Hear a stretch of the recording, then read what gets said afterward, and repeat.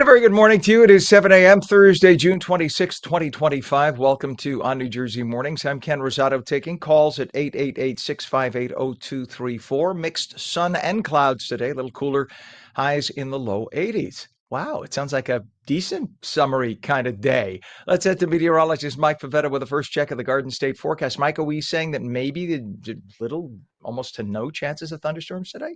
I think so. Yeah, there will be some light showers coming through later on this evening. I'll show you that with the futurecast, but no big thunderstorms that could cause problems and no more extreme heat. This is a nice change to not have a heat advisory and extreme heat warning across New Jersey this morning, thanks to all of the clear sky that settled in last night. The cold front doing its job, pushing out a lot of the heat and humidity, dropping our temperature to a current of 72 right now in Sussex, only 81 degrees. That's a few degrees away from our typical afternoon high this time of year, and only 79 in Ship Bottom. So we're seeing the trend go in the different direction, downward. It's already 7 degrees cooler than this time yesterday in Newark. So the front certainly doing its job. 2 degrees cooler in Sussex and 4 degrees cooler in Hackensack. And you'll see these numbers drop throughout the day as the humidity drops as well. So the dew point, or the temperature where the air is saturated, that number will fall through the course of this afternoon. Again, anytime it's in the 70s, it still feels very humid and very muggy, but we're seeing that number drop, excuse me, throughout the course of the day. As far as this afternoon, there's a little bit of an advisory for the winds and the high surf. That's that shade of green there. Excuse me, a little bit of morning coffee, showing that overall we had a few light showers last night, but I think the winds will pick up through the course of the day, allowing for some gustier breezes there. For the heat index, that pretty much matches the air temperature. So with that 82-degree feels like temperature in Newark, it's not as hot or as humid as compared to this time yesterday, and it'll only drop through the rest of the afternoon. Notice with the futurecast showing clear sky throughout today, highs only climb into the mid 80s. That's an average June day. There in Newark and Sussex, 82 for you. With a cooler breeze off of the water, it really cools down by the beaches. Spoke to a friend yesterday who went to Sandy Hook, said there was no breeze. It was stiflingly hot, even at 10:30 in the morning. And then the sand was simply too hot to walk on. Had to carry the kids off of the sand by 3:30 because that's how ridiculously hot that heat was without the breeze. And now at the beaches, you typically get a sea breeze, and you will today, certainly, coming off of a 74-degree ocean. So it'll feel much more pleasant down toward LBI and Sandy Hook later on this afternoon. As far as tonight, that's where we'll see a few light showers come in. Not even expected to be thunderstorms or downpours. I think it reinforces the cooler weather for tomorrow. And then this time tomorrow, we drop another 10 degrees and we'll be starting our day in the 60s with those cloudy, cooler conditions. Tomorrow has a better chance of some scattered showers throughout the day, especially in the afternoon. Still not expected to be strong, with those light showers moving on by through the early part of the day. And then Saturday starts off a little breezy, a little wet. Winds begin to switch direction and pull in some warmer air again by the end of the weekend. So while we get some breaks of sun by Saturday afternoon, I think the morning is pretty cloudy on Saturday, the afternoon looking a little bit drier, and then into the end of the weekend, Sunday, that's key. We start off with mostly sunny skies and bring back more clear sky through the afternoon, and you'll see the highs respond to that, eventually getting back into the upper 80s and low 90s by the end of the day. Very pleasant beach weather on the way for the end of the weekend. So the next few days featuring that cool down, you already hear the AC actually clicking on and off for a change. Hasn't been going at a steady 24-hour clip. So even throughout Friday, Saturday, and Sunday, we see the temperatures cool off and then gradually climb back into the 80s, Ken. But feel really bad for the people that I know that have had air conditioning troubles, because the house warms up so quickly with Mm-hmm. air this hot. Like you've been mentioning, air conditioning units can only drop your house about 20 degrees, maybe 25. So yeah, it's Mm-hmm. been stuck like in the 70s and 80s for a good part of the afternoons with all that heat. We had when I had my last house. This is a rental, but when I had my last house, our air conditioner person, the HVAC people, such a term, my HVAC guy, he used to start calling the end of April, early May, and he would say, "Tune up and make sure the system's working now." Yeah. And I think for Mm-hmm. the 75 or 125, whatever it Sure. is, people say, "I'm not going to spend the money." You need to Uh-uh. do it. Always Yep. do it late spring, always do it late fall because you don't want to Yep. be stuck in 100-degree heat or 0-degree cold That's without right. heating and And air conditioning. no, my father-in-law had to call around yesterday, maybe a dozen people. They all said Monday or Tuesday of next week. Can't come Right. repair the AC until next week when the heat is over. One person actually said, "Oh, it's okay. It'll get cooler tomorrow." Oh, thanks. Yeah. Another Yeah. suggestion, whenever there's a holiday, Labor Day, whatever, Memorial Day, buy one standing portable AC unit, the ones that stand up, you could roll into any room, that have a hose that goes out the window. They're very good. I've used them. Yep. They cost, now Mhm. you can get them for $300. Put it in the closet, and on a day that you have no AC, at least you'll have one room that's cold. We've done that for Sure. about 10 years. Works like a charm. Highly Hmm. suggested. So, all right, Michaela, thank you very much. We'll check back. It is now 77 degrees in rural New Jersey, also 77 in Trenton. So we don't have to do the breakdowns of temperatures. It looks like the whole region is on the same page right now at 7:06. In terms of traffic, we had more road buckling yesterday, and that was due, of course, to the intense heat that we experienced. So let's take a look at this is 287. It says here all southbound lanes of 287 near exit 42 Pequannock having issues after the roadway buckled for the second time in 2 days. Look at that. This is everybody trying to get down to one lane. Originally, we were told everything would be open. That doesn't look open. Pam, our director, said, Ken, that ain't open. No, it's not. So you could see that the lanes on the left, you see the cones. So clearly they're not all open as we were told they would be. Not their fault. They probably discovered stuff overnight and they have to keep it shut. So for the second time in 2 days, we have issues, and that's like Pequannock, Boonton, Montville, that whole area is right now experiencing this. This is about a 7 to 8 mile stretch of buckled roadway that they're trying to fix, and they're experiencing the heat too. So just give yourselves lots of time. Yesterday, it was an hour plus. In fact, in some cases, I heard one person say it was an hour and a half to get through this stretch. So avoid it if at all possible. Other roadways to tell you about right now, we have an overturned tractor trailer, I-80 eastbound west of exit 25 in Mount Olive, 2 right lanes and the right shoulder are closed. Roving repairs on 295 still in both directions from East State Street Extension in Hamilton Township to Federal City Road in Hopewell. 1 right lane is closed. We have delays on the GSP northbound from 135 to 136, about a mile and a half. That's actually, they're saying 2 mile delay, so I guess it goes just beyond. That's in Cranford. Let's let you know about what's happening at the Hudson River crossings. Holland Tunnel right now has a crash in the North Tunnel westbound. All lanes are blocked for the Holland right now in that situation. The Lincoln Tunnel, we're told, is 35 minutes. Take a look at the GWB upper and lower level approach from 8095, the upper on the right, lower on the left. We're told it's about a 35-minute transfer to get from New Jersey to New York right now. So it looks like those 2 trucks on the right are racing at 5 miles an hour apiece. 7:08 is our time, and we got a lot going on today. In fact, we have a lot of people in terms of guests, too, so definitely want to stick around for our show this morning. President Trump announced yesterday that Israel toured the bombed former nuclear facilities in Iran and reported everything was fully destroyed. Iranian officials themselves acknowledged the destruction, but the leftist media outlets won't buy it. They went as far as to half report an illegally leaked report that suggested the Iranian facility may not have been fully destroyed. I mean, even Iran itself said, yeah, it was destroyed. Israel went in. They physically went there and said it was destroyed. But CNN and the New York Times, they seem to know better. Trump and Secretary of State Marco Rubio were livid yesterday. They spoke at a NATO summit in the Netherlands and laid out clear evidence as to why the leaked intelligence was wrong and why they know for sure the facilities were destroyed.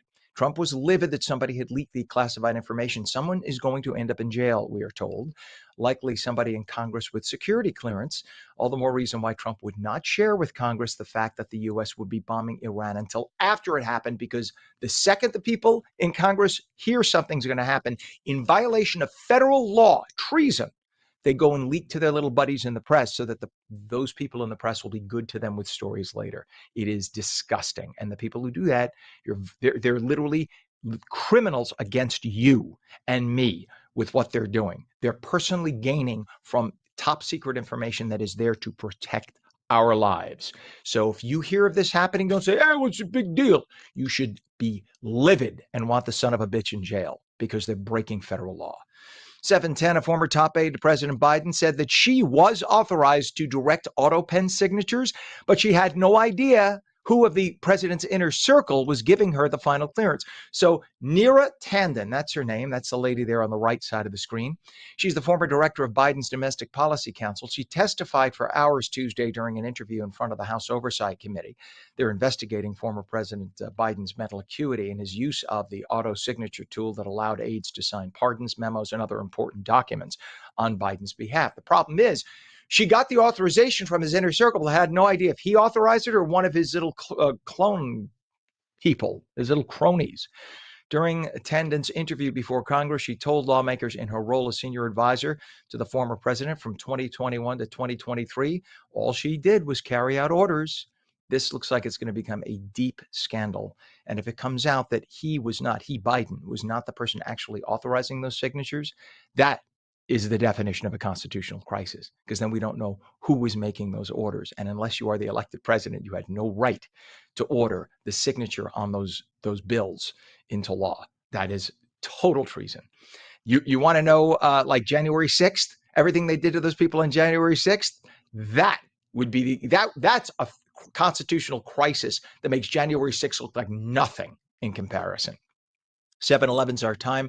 Congresswoman LaMonica McIver, pleaded not guilty in federal court yesterday to charges of assaulting, resisting, and impeding Homeland Security investigators while she was protesting at the Delaney Hall Detention Center last month in Newark. McIver appeared by Zoom at her first hearing on May 21st, but was present for yesterday's hearing. New Jersey's interim U.S. Attorney Alina Habba issued a 3-count indictment against the Congresswoman, who insists that she's innocent, despite video which Habba claims shows McIver trying to stop ICE agents from arresting Newark Mayor Ras Baraka, slamming her forearm into the body of a federal agent on video and forcibly grabbing him, which she was trying to keep him from arresting Ras Baraka. That is impeding. That is a federal violation. So when she goes on to like MSNBC and CNN, because she won't go on Fox, and she plays the little innocent girl, she's about 275 pounds, and she's pushing her full body weight into a federal agent who got knocked back. That is a federal violation. Do not be surprised if she sees some jail time for that. Her trial date is November 10th. Hackensack Meridian Health boosting healthcare in Clifton with the grand opening of its new health and wellness center today, 11 a.m. on Metro Boulevard.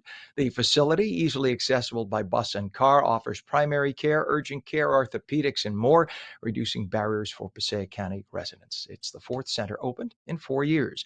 Roy Rogers, remember that chain of chicken places? Well, it was beloved in its day. It's now making a comeback in South Jersey with a brand new location now open in Cherry Hill. I love Cherry Hill.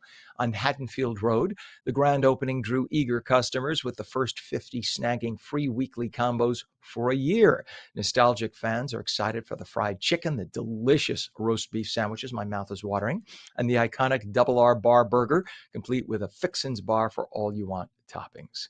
A new study by Chicks X reveals the worst rated food chains in New Jersey. Crumble Cookies took the hot spot. This is not us, by the way, folks. Don't blame us. This is Chicks X.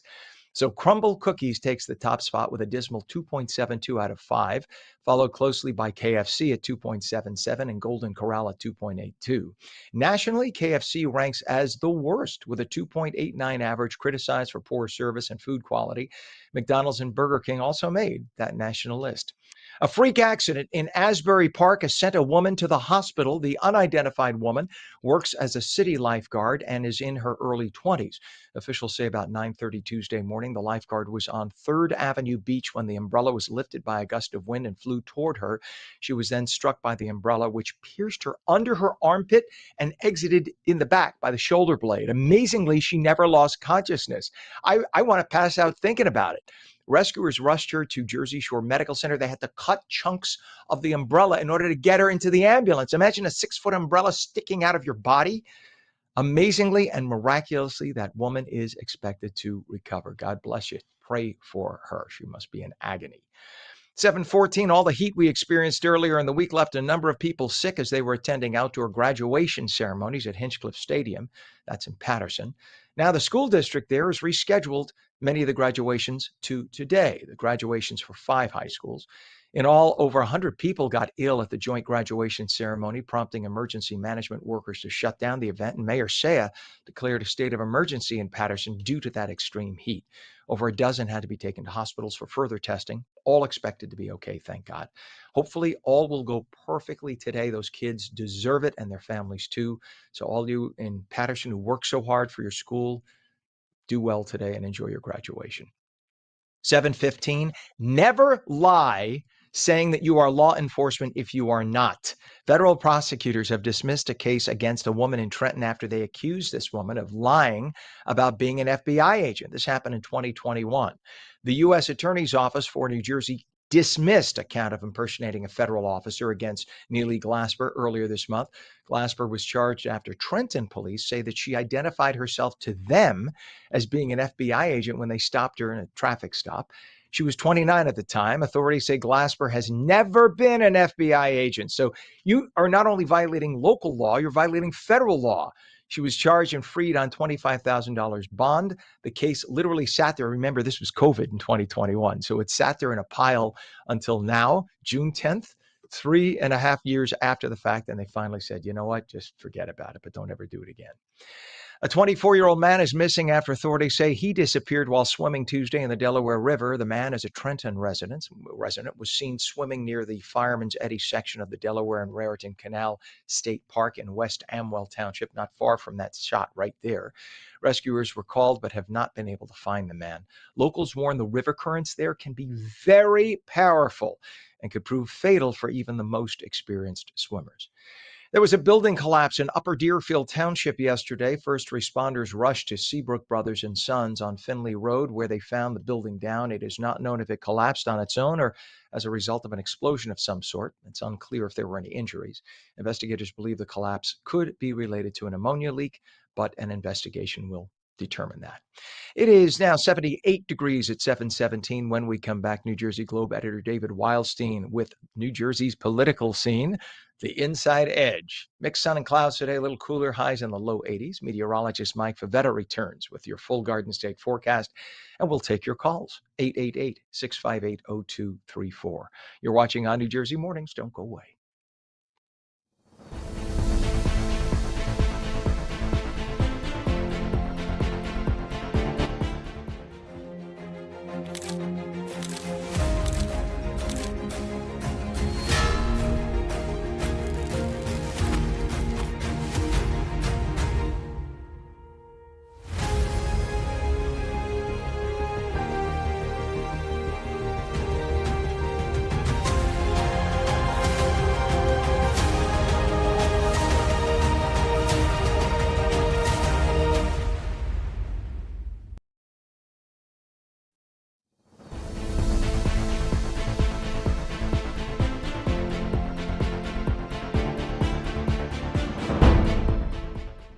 It is 7:18. Welcome back to On New Jersey Mornings for your Thursday. I'm Ken Rosato taking calls at 888-658-0234. Mixed sun and clouds today. A lot nicer than yesterday in terms of heat.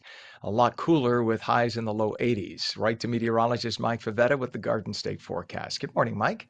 Good morning, Ken. It's so much more pleasant. Let Rocco out this morning to the yard, and I was like, wow, it doesn't feel like a thick air, like you can't breathe, doesn't slap you in the face. It's actually quite pleasant this morning. And this is what's going to take us into tomorrow with cooler weather as well. 77 is your high in Long Branch. So we're basically running about 20 to 25 degrees cooler in many beach locations, as yesterday it was up at 100. Very, very hot. 78 in Point Pleasant and 79 in Toms River. Typically, when you find yourself toward the beaches on any given summer day, you get that sea breeze in the afternoon, cooling down the afternoon weather.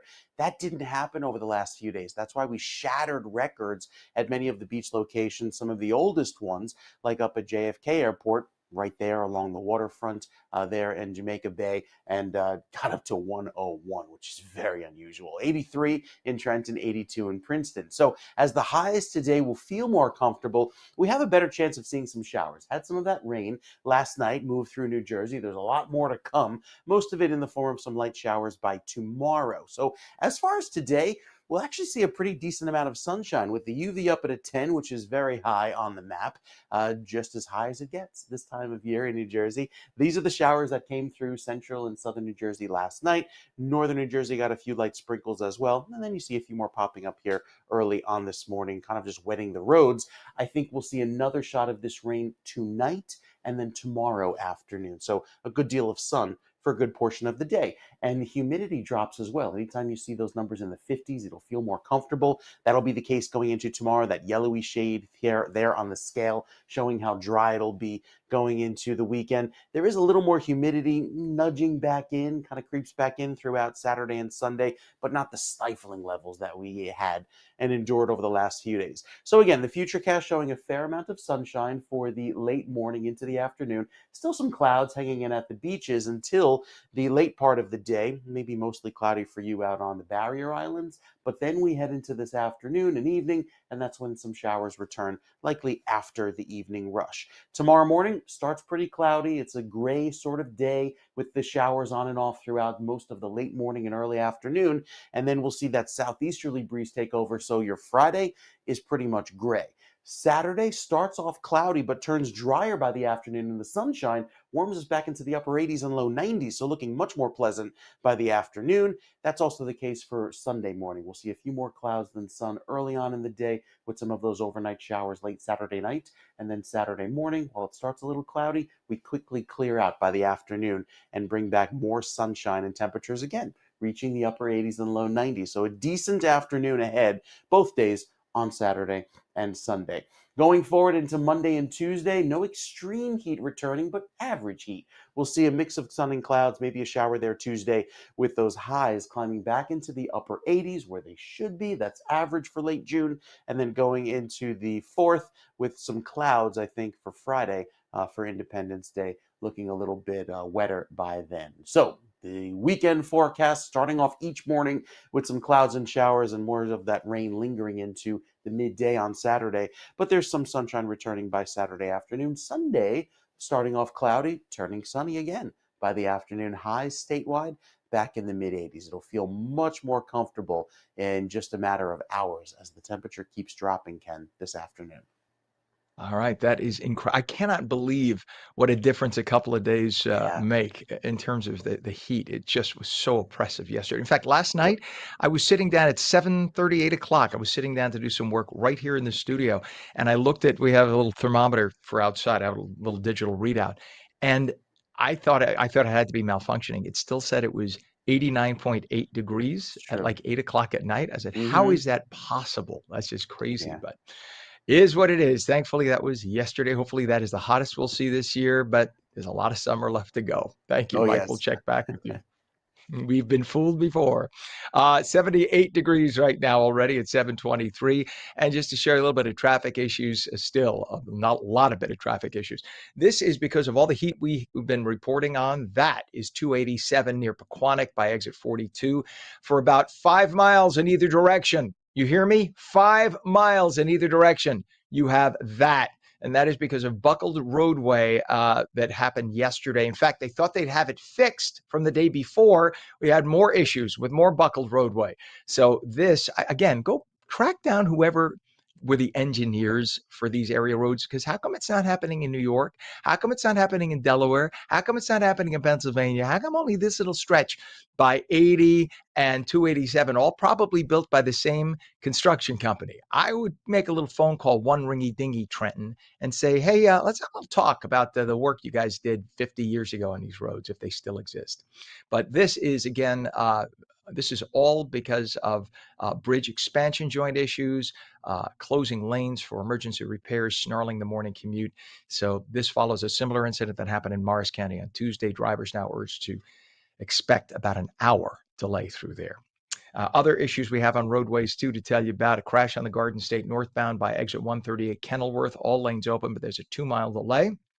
Crash at the Holland, the North Tunnel westbound, all lanes are blocked. 8095 approach to the GWB, pretty heavy right now, about 40 minutes. Not as bad as yesterday at this point, but nonetheless not great either. 7:24 is our time. Time now for politics from Trenton, explained like nobody else can do it. Here's New Jersey Globe editor David Wildstein with the Inside Edge. Good morning, everybody. Welcome to the Inside Edge. It's Thursday, June 26th. Uh, Rick Wolf wants the New Jersey Supreme Court to take up his challenge to the state's ban on fusion voting. That's a system that would allow candidates to run under more than one party slogan, and then each of the vote totals would be combined after Election Day. Some states do that. Wolf was the Republican mayor of East Amwell. He's a self-labeled moderate who was supporting Tom Malinowski against Tom Kaine for Congress in 2022. He filed petitions for what he called the moderate party, with Malinowski as the standard bearer. Tahisha Wade, the Secretary of State, rejected that. She cited a law that expressly prohibited fusion voting. So later, Wolf and friends filed a lawsuit. They claimed that it was unconstitutional.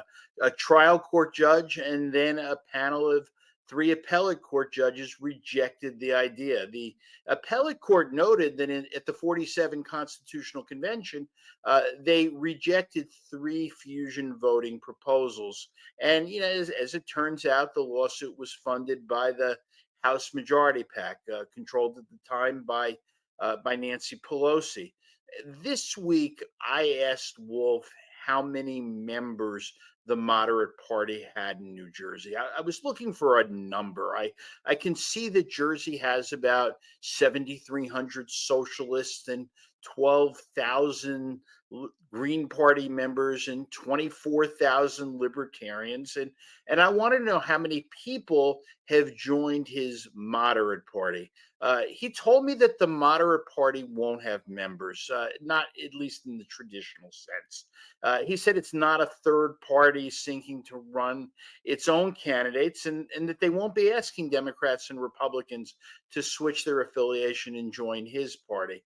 Wolf said, and I'm going to read this, we hope only to nominate candidates from major parties and give voters of all stripes a new option in general elections. If they agree with our values of moderation, bipartisan cooperation, and the rule of law, then they should vote on our line and send that message.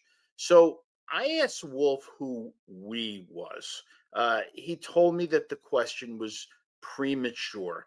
The we part is hugely important, especially as Jersey struggles with the definition of a party. New Jersey has 2.5 million Democrats, about 1.6 million Republicans. There are parties and organizations and clubs and groups and people sitting together in a diner booth with smartphones. And I suppose at some point, someone needs to explain to how Rick Wolf has come to believe that he could start a party with no members and be on the ballot just by getting some petition signatures. But I think we should all keep an open mind on that. That's it for today, everybody, and I'll be back tomorrow. All right. It is 7:28 right now, 78 degrees. When we come back, fun for a cause. We'll speak with a comedian helping to raise money for kids forced out on their own. The phone lines are open. We'll take your calls. 888-658-0234, 888-658-0234. We're going to have mixed clouds and sun today. A lot of relief from the last few days. It's going to be a little bit cooler. Highs about 81, 82 in much of the Garden State, and the full Garden State forecast with meteorologist Mike Favetta coming up in just a moment. You're watching ONNJ Mornings. We're seen daily at ONNJ.com, Roku, Fire TV, News On, Samsung TV Plus, Apple TV, YouTube, Facebook, and X. And we're streamed live on Rumble and Twitch at twitch.tv/OnNewJersey. 7:29, and we're coming right back.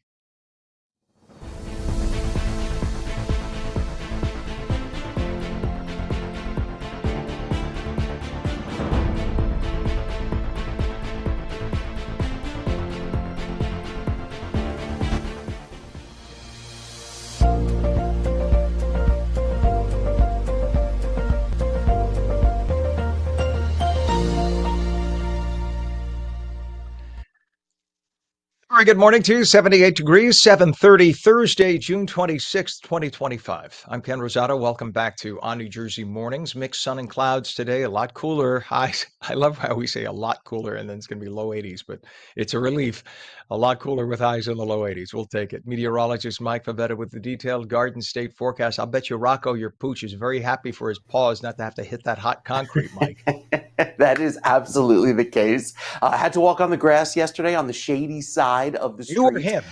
You or him? Both of us. But yes, obviously him. And of course, he's the one who migrates to the pavement. I was like, no, can't go there, too hot. Because you literally put your hand, the back of your hand, to the pavement, and it was too hot to hold for more than 3 seconds, which is the good Yikes. rule of thumb if it's too hot for their paws. So we started off the afternoon just laying inside and enjoying the air conditioning because with the heat and humidity, good news is that it's extreme. The extreme heat is over today, but like Ken mentioned, we're back in the upper 80s and probably reached 90 in many spots today. So technically, the heat wave continues in a few locations, but otherwise not as ridiculously hot as it has been. The rain that moves in tonight will be after the evening rush and it lingers through tomorrow morning, and that sets up a cloudy and cool day for Friday, bringing back a much more comfortable feel on the way. You can see that the satellite showing some of the clouds from last night that even allowed some thunderstorms to form. These are the lightning bolts here out to sea. Those showers and storms are long gone, so we'll see some clearing today,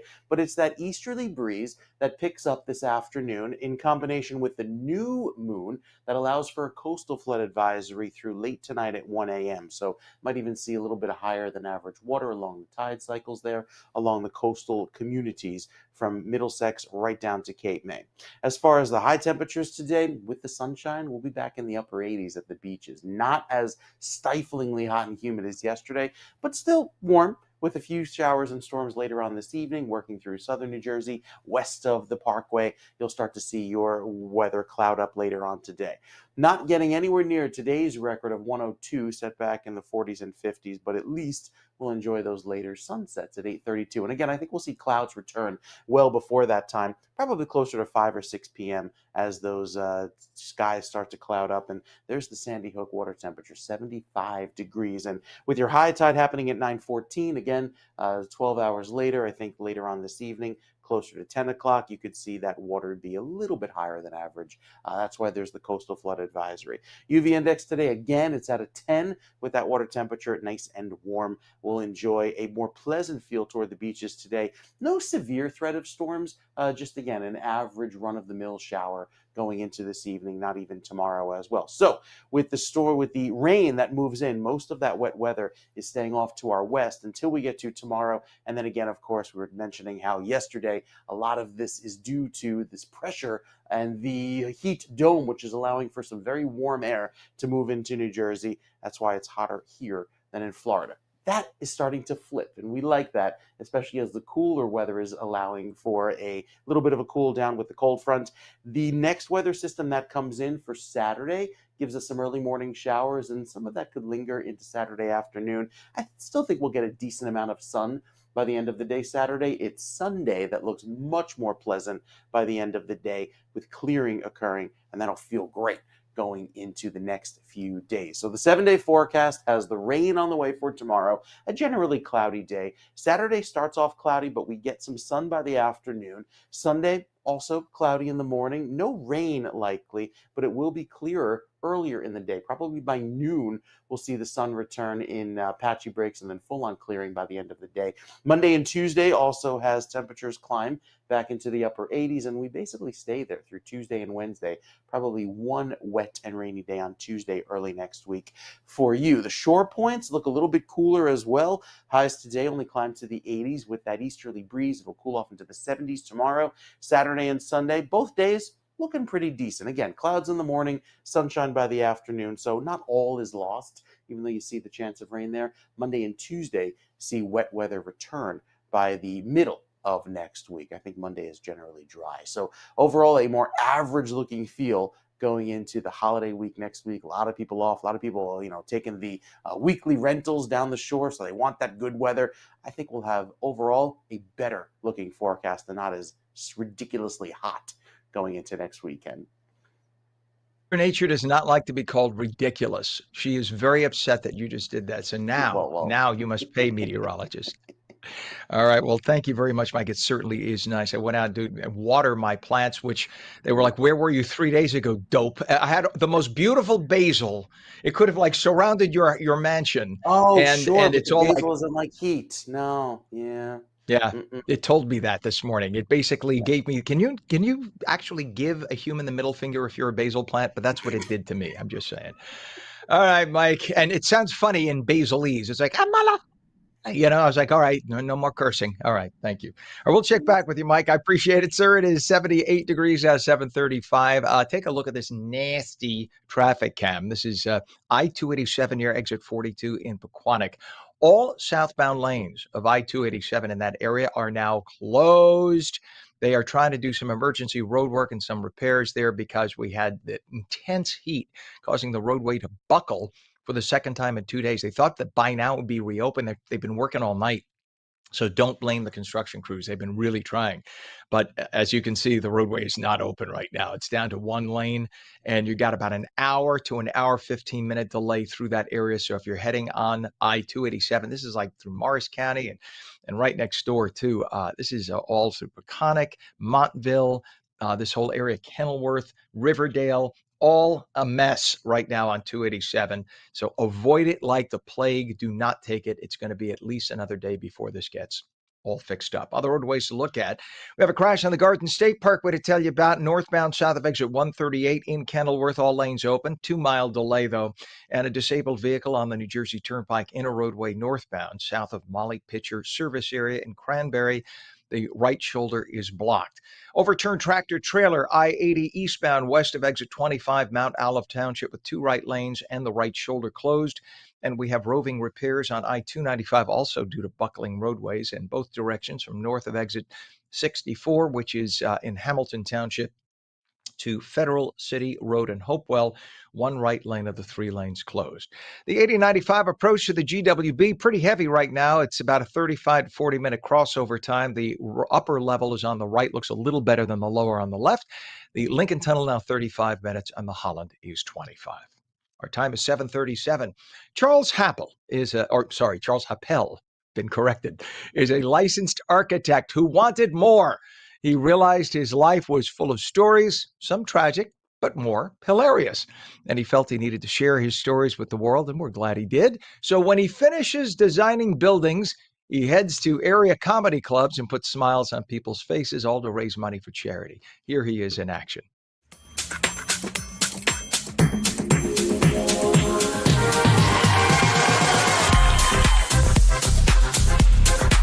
Supernova that is blasted onto the scene, Charles Happel. Some gentlemen coming on stage. Well, everyone's talking about it.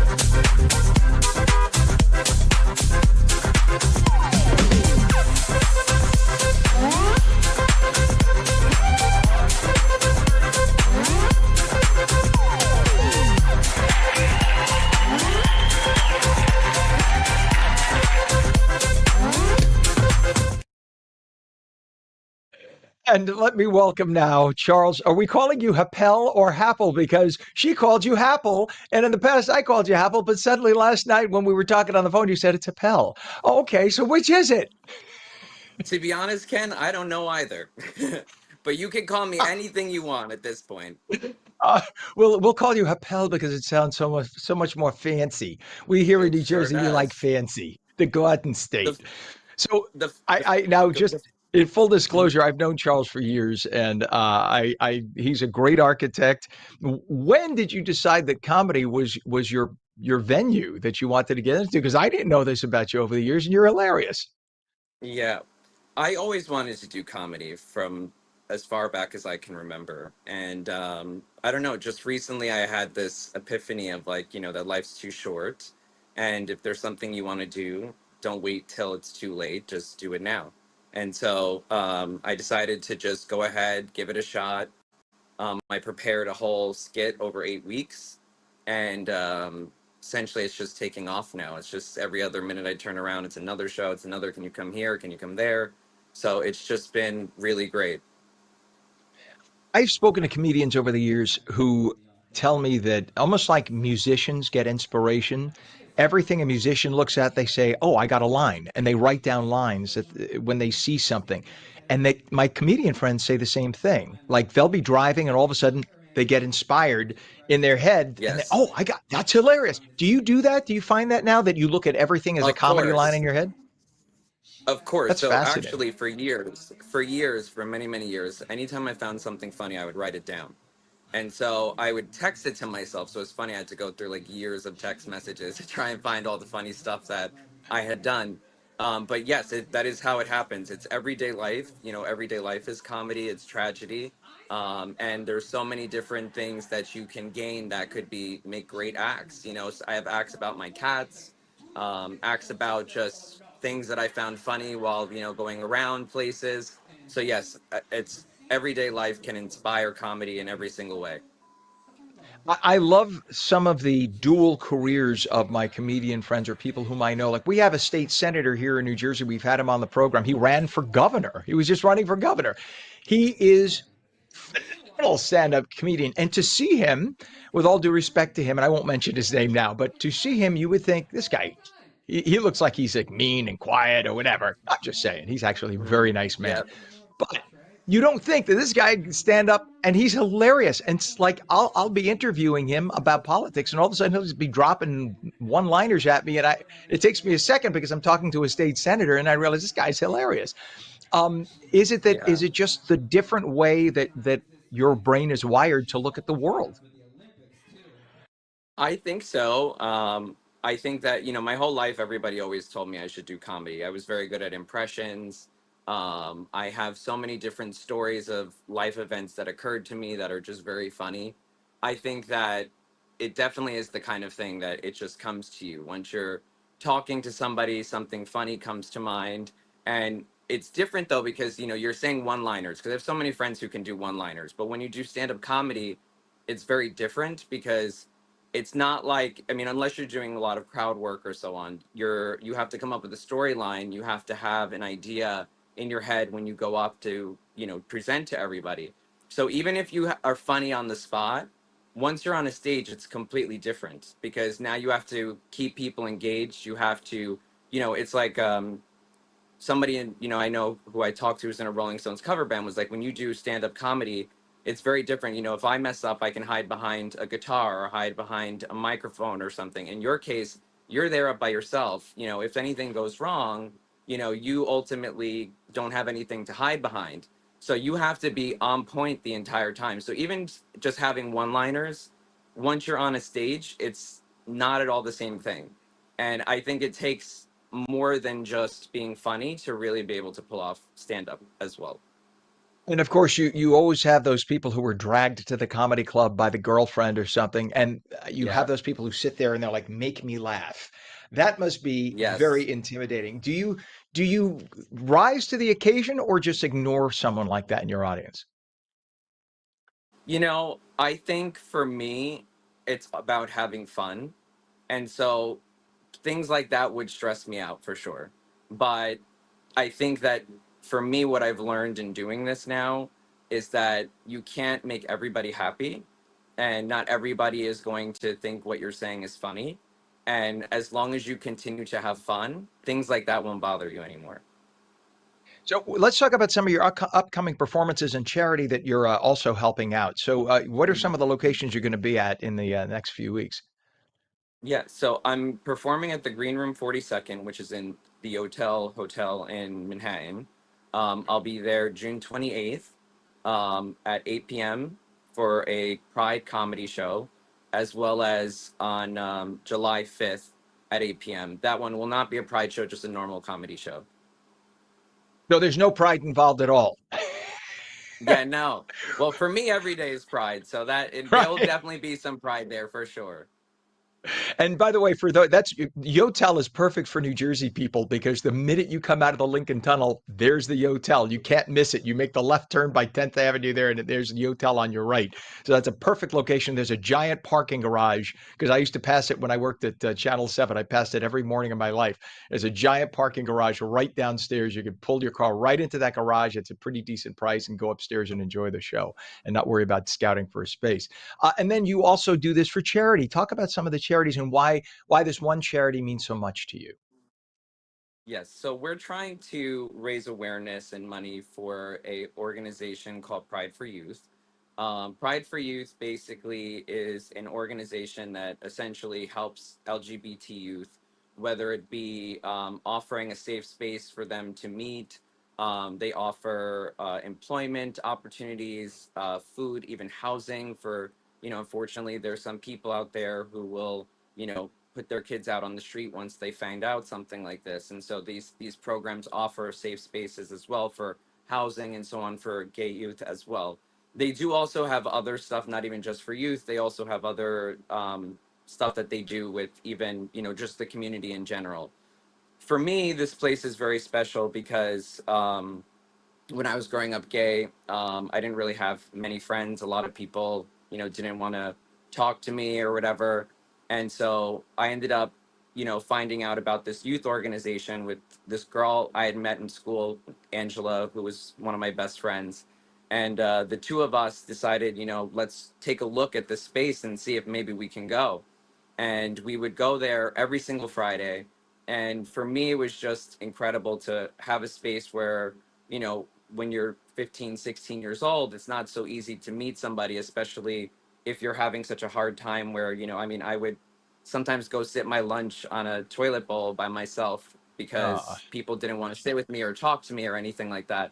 So to have something like that and go to this space where people could just be themselves and no one's there to judge you or have any issues with you, it was such an amazing thing for me. And honestly, it shaped who I am. Even, as it comes to comedy, I found my voice there. I found the ability to make people laugh.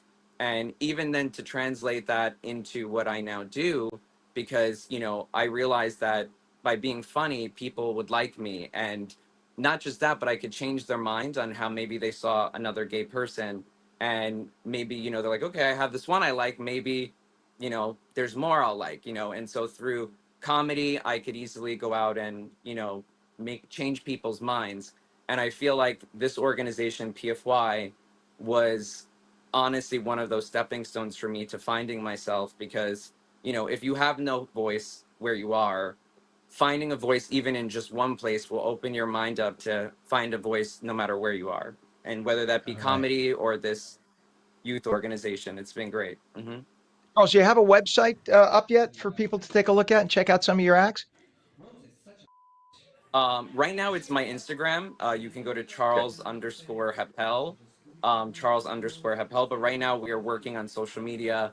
We're going to be posting a lot more content. But right now, it's just we're trying to gather as much as we can, get the best views before we start pushing this actively with some of the people who are helping me get me out there and all the exposure. All right. Hey, Charles Happel, not Happel as I've known you all the years. I'm sorry, in my head, I was like, I'm like, what? Thank you so much for being on. Please come back again. All the best. It's so nice that you're doing a charity thing here. But more importantly, thank you for sharing your comedy with the world. It's great to have you on Thank, this morning, my thank friend. you, Ken. You Thank bet. you Take very much. care.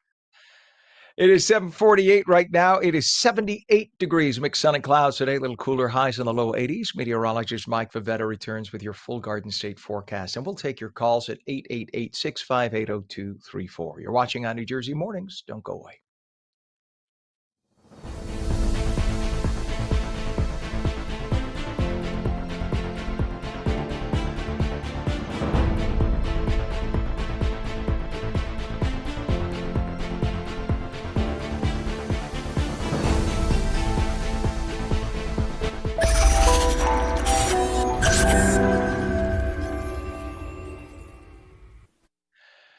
7:49. Welcome back to ONNJ Mornings. I'm Ken Rosato, taking calls at 888-658-0234. Straight to meteorologist Mike Favetta with a little bit better Garden State forecast. Good morning, Yeah. Mike.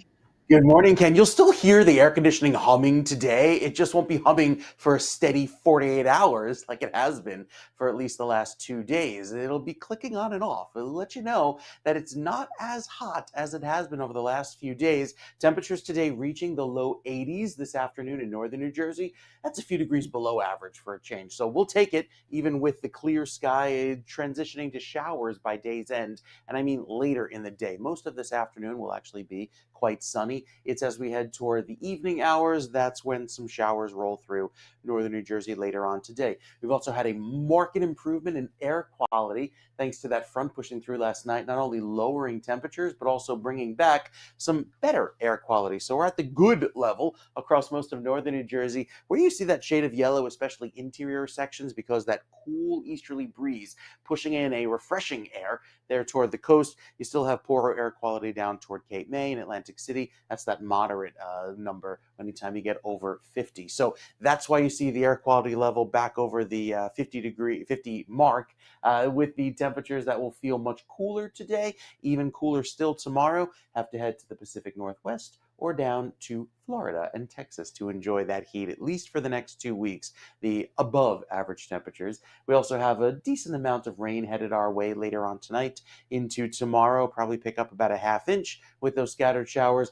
Good, because the grasses and a lot of the vegetation, even like Ken's garden, Ken's basil, got parched over the last few days. And so we get a good soaking in here late tonight and tomorrow. I think Saturday also has some early morning showers, which transition to sunshine later in the day. So it's not a complete washout, but you really have to delay any outdoor plans until the afternoon. Sunday looks a bit cloudy in the morning, but we transition back to sun earlier in the day, probably as soon as 11 a.m. or noon, and then Monday, nice and dry. I think Tuesday brings back our chance of rain with some showers in the forecast by early next week. The shore points also nice and dry today, but with the clouds tomorrow and some showers on tap, we only get to the 70s. Saturday and Sunday, morning clouds, afternoon sun, and then we're back to some clearing by next week. So overall, a more comfortable looking forecast with temperatures that'll feel more pleasant going into next weekend. Nice way to start off Independence Day holiday and the week. If you have off next week, looking very pleasant. Very nice, sir. Much appreciated. It is 78 degrees at 7:51, and we do have a mess on at least one area roadway to show you. This is I-287 near exit 42 in Pequannock. This was supposed to be open at this time, and please, I'm not blaming the contractors, the construction workers. They worked all night. But because of so many patches of buckled roadway, we had emergency lane closures in effect since yesterday and the day before, actually. And this was in Morris County, Riverdale, and Montville, from like exit for Route 23 all the way to Montville. The left and center lanes are closed. Only the right lane and the right shoulder are open right now. They have that emergency road work from all the heat that we've had. So please, it's going to take an hour to get through there. Literally avoid it if at all possible. There are local roads that run adjacent to 287 because we didn't have 287 until 20 years ago. So just avoid 287 altogether right now. It's going to be a mess. All right. And you will thank me later for it. There are also expansion joints. See, they thought they just needed to do the resurfacing. Apparently, some expansion joints got damaged. And that is one of the problems. Other roadways to tell you about, we have a crash on the Garden State northbound by exit 138 Kenilworth. All lanes are open, but there's a 2-mile delay there. And we have a disabled vehicle on the Turnpike Interroadway northbound south of Molly Pitcher service area in Cranberry. The right shoulder is blocked. An overturned tractor trailer on I-80 eastbound west of exit 25 Mount Olive. The two right lanes and the right shoulder all closed. That's been there for about an hour and a half, and that is a mess. And we have roving repairs on 295 both directions by exit 64 to 71, that whole stretch of roadway. That's about 8 miles, and it's on-off shutdowns as the trucks do their work. So just be aware, I-295, and that's in the Hopewell Township area. We have the 8095 approach to the GWB right now, about a 40-minute delay making your way in. It's moving, though. That's a good thing. The Lincoln Tunnel also moving, but about a 30-minute delay getting in. And the Holland has a crash in the center tube. In fact, we are told that, let's see if that cleared itself up. Residual delay. So they cleared the construction. I'm sorry, they cleared the crash in the tube midway through the Holland Tunnel, but the damage is done. So you'll see a lot of delay right now getting to the Holland, about a 35-minute crossover time.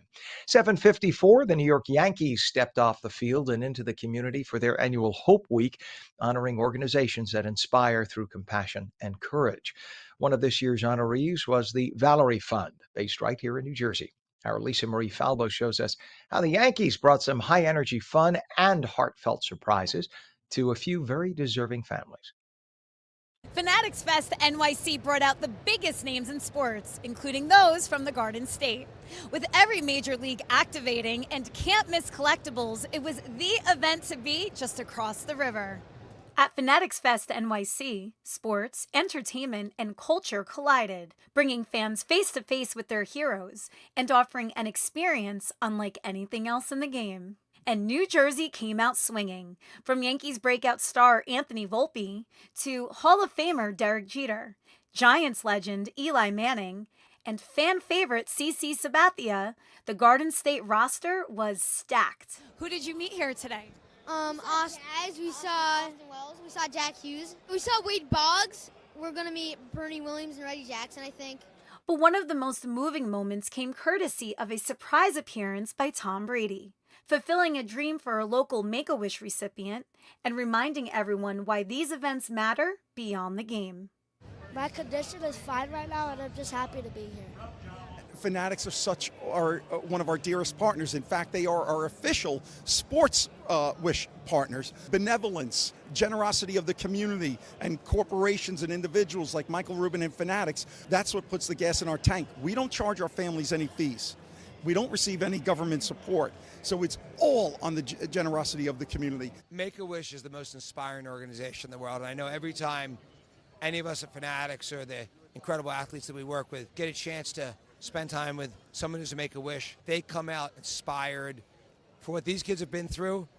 If they can persevere, if they can fight, man, we just got to fight harder and just, put everything we have on the field, on the court, on the ice at Fanatics Fest. And so it's an inspiring group of people that we're honored to work with. From the Garden State to the global stage, Fanatics Fest NYC proved just how powerful sports culture really is. For ONNJ New Jersey, I'm Lisa Marie Falbo. Love that. Thank you, Lisa Marie. It is 7:56 right now, and a great story. We have another Lisa Marie story in about an hour, so check that out when we do have it. It is 7:57. Hackensack Meridian Health is boosting healthcare in Clifton with the grand opening of its new health and wellness center today, 11 a.m. on Metro Boulevard. The facility is easily accessible by bus and car and offers primary care, urgent care, orthopedics, and more, reducing barriers for Passaic County residents. It is the fourth center opened in 4 years. Remember back in the day when we had Roy Rogers everywhere? Like 1/4 of all the Roy Rogers restaurants in the whole country were right here in New Jersey. Well, Roy Rogers is making a comeback in South Jersey. A new location is now open in Cherry Hill on Haddonfield Road. The grand opening drew eager customers, with the first 50 snagging free weekly combos for a year. Nostalgic fans are excited for the fried chicken, roast beef sandwiches, and the iconic Double R bar burger, which I loved, complete with a fixins bar for all you want toppings. Down in Florida where I live part-time, we've had, and I put it in air quotes, Roy Rogers for years through a chain called Miami Subs. They subcontracted the rights to the name. And if you went to Miami Subs, you could also get knocking my microphone here. You could also get Roy Rogers food. So I'm wondering how that's going to happen now that they're making a comeback, if they're going to split again and just be their own thing. But Roy Rogers was a great product. I'm glad that they're back. 7:58. A new study by Chicks X reveals the worst rated food chains in New Jersey. Crumble Cookies takes the top spot with a dismal 2.72 out of 5. Guess that's the way the cookie crumbles. Followed by KFC at 2.77 and Golden Corral at 2.82. Nationally, KFC ranks as the worst fast food chain with a 2.89 average, criticized for poor service and food quality. Again, this isn't us, so don't blame us. We didn't make this. This is Chicks X. I don't know what their criteria were, but nonetheless, this is their study. McDonald's and Burger King also made the national list of worst fast food places from Chicks X. It is 78 degrees now, 7:59. When we come back, an anti-Semitism bill gets tabled at the New Jersey State Assembly. We'll talk with somebody who's been pushing hard for the bill to pass. Also, we will take your calls at 888-658-0234. 888-658-0234.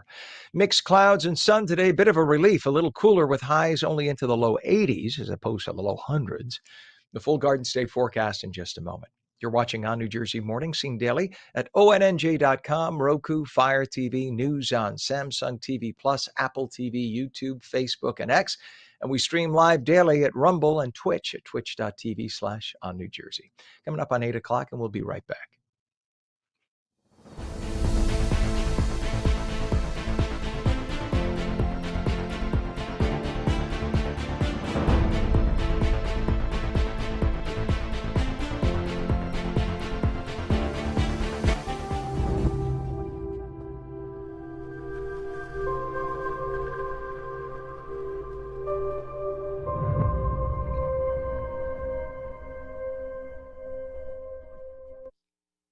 Good morning to you. It is 8 a.m., Thursday, June 26th, 2025. Welcome back to On New Jersey Mornings. I'm Ken Rosato, taking calls at 888-658-0234. 888-658-0234. Mixed sun and clouds today, a little cooler.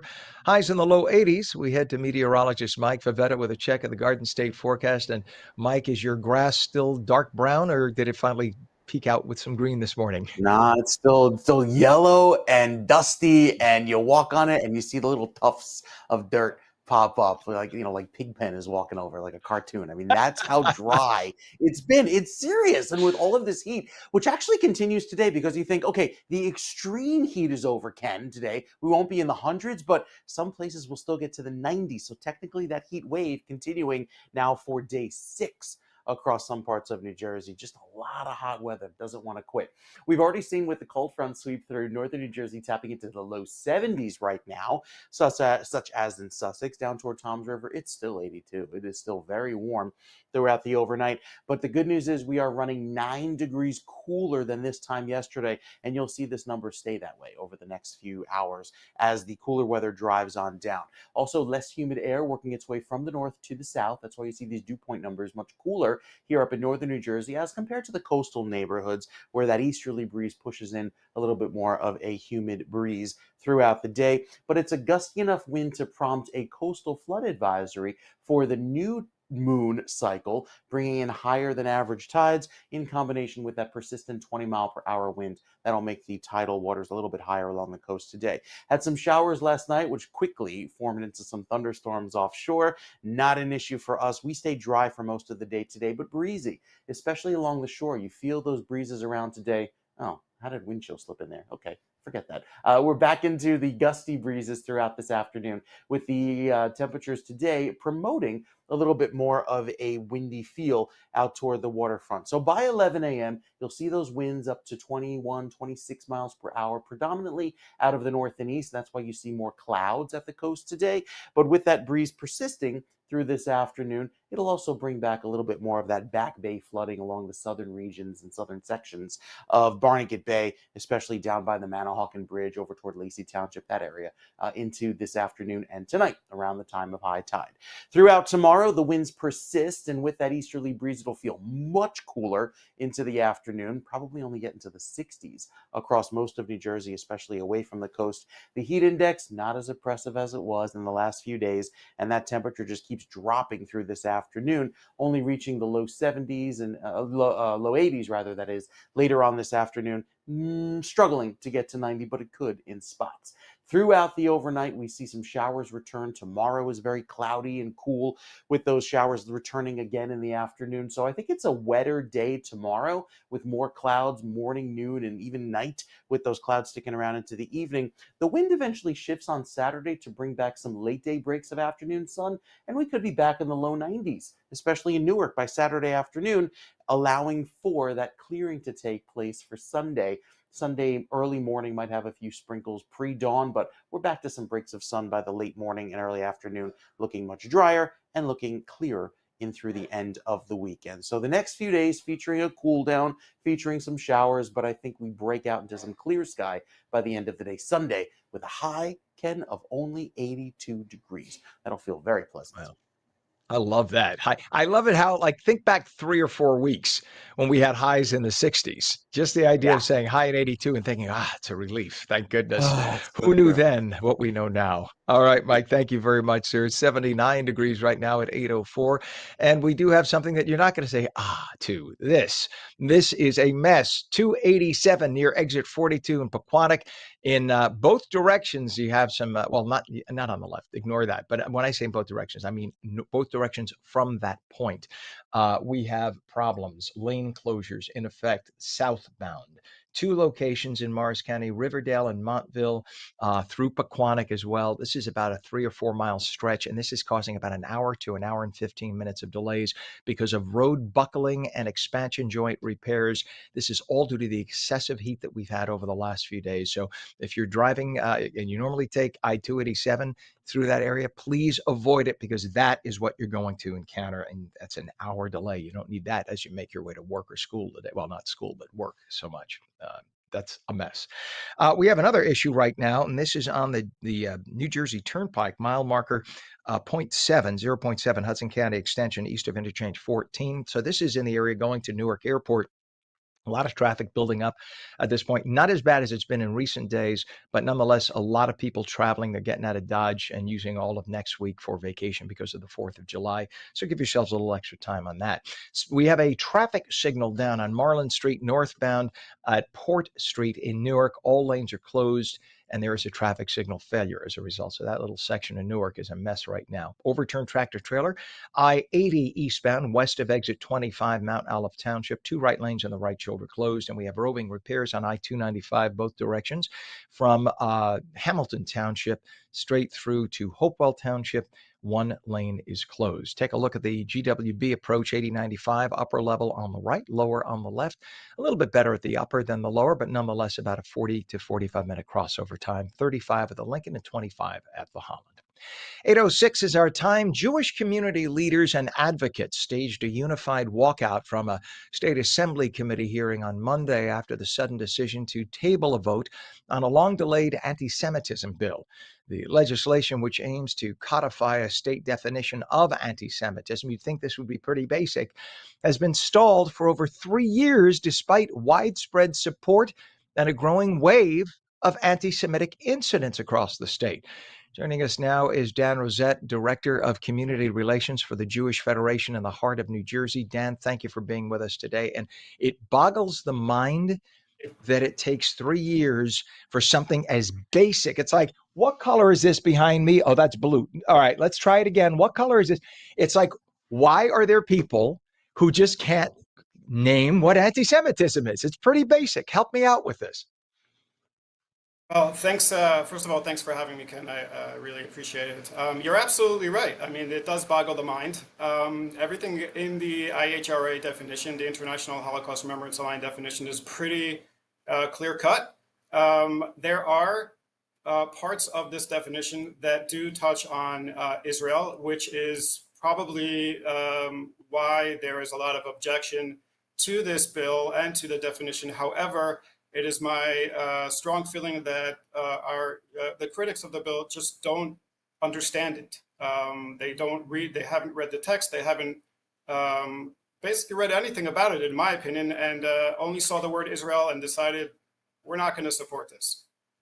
It's unreal. And, accept it. It's 80 years. The world accepted it. The world voted for it. We have the United Nations. Israel exists. Deal with it. It has existed for nearly 6,000 years. Deal with it. Okay. You don't like it? I love the same people who are having issues with this are the same idiots who put bumper stickers on their car that say coexist with the Star of David on it, yet they won't even read a word about something like this with Israel. Deal with it. We have millions of Jews in the United States. They are the fabric of this country. Deal with it and be respectful. And all the people who call themselves Christians in this country should be ashamed if they don't back this, because as Christians and technically as Islamic members too, that's the foundation of your faith. Be respectful of our brothers and sisters. And walk us through exactly what happened at the assembly, the committee hearing on Monday. What led to the Jewish community's decision to finally just walk out and protest? Well, as you mentioned, after 3 years of trying to get this bill passed in various forms, it had several drafts along the way. Finally, after passing committee in the New Jersey Senate, finally it reached a committee in the Assembly. And we were happy to see that it was scheduled last week for this Monday of this week. We all showed up ready to testify in favor of this bill. And I would say about 2 minutes or so before the hearing began, the chairwoman announced that the meeting or the hearing will be changed from a vote to a hearing only, meaning a discussion. No vote would happen at the end.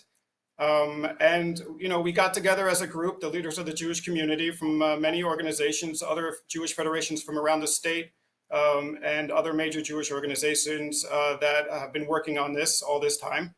And we decided, no, we're not going to sit there and be disrespected like that. We're simply going to tell the committee in a respectful way that we're not going to have it. And respectfully, we're going to walk out, and we'll be happy to come back when this committee is ready to vote, or any committee. And that's what we did. We got up and we left. And I have to tell you, as we left, critics of the bill that were in the audience were laughing. Ken. They were laughing. So that really shows you the climate that Jews are living in and what they're experiencing. You know, from the committee rejecting the possibility of a vote to the audience laughing. And this is what we're up against. This is why this bill is important. It defines anti-Semitism clearly. It protects free speech. It doesn't say you can't criticize Israel. It the way you would criticize any other policy of any government in the Western world. And, you know, I can go through a whole list of things that it says about how to deal with, you know, your disagreement with Israeli policies. Ken, I disagree with some of the Israeli government's policies. But, you know, and many of us here in the United States disagree with the policies of this government. It doesn't mean that we don't want the United States to cease to exist. That's the beauty of democracy. But this is the problem. And this is what we're dealing with. And again, why we need this bill and why this definition is so important to educate our leaders, our law enforcement agencies, and you know what? And our schools, our principals and superintendents who are not aware of the different forms of anti-Semitism.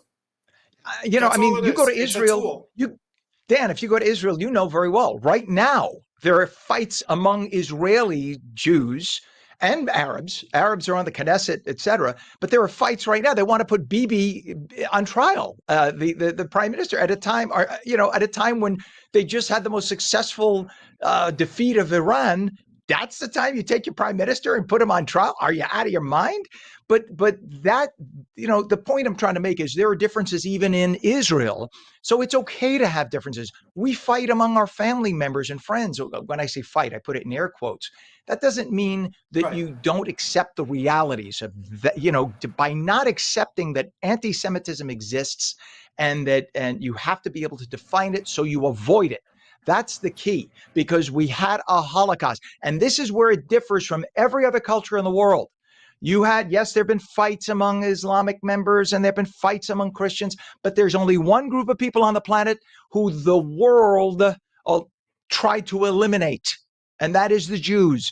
And to some extent, I will also say my Armenian friends. There was a Holocaust for them as well. But the world was trying to eliminate the Jews. And this is why we have to have the clear education, because what we're seeing happening right now with people with keffiyehs, stupid kids at colleges who don't even know what the hell they're chanting from the river to the sea. This is why we need to have anti-defamation teachings, because we cannot. It is just like that that we can have a repeat of the 1940s, God forbid, and that's why it is so essential. When you don't know history, you are doomed to repeat it. Let me ask, is this going to be brought up again? What's the next step at this point, Dan? Well, that's a great question. So we're reconvening as a community, and we're deciding next steps. However, whatever happens, we are still going to fight for our right to live in safety, for our kids to go to school and feel safe in their school. We're going to work with our politicians as much as we can.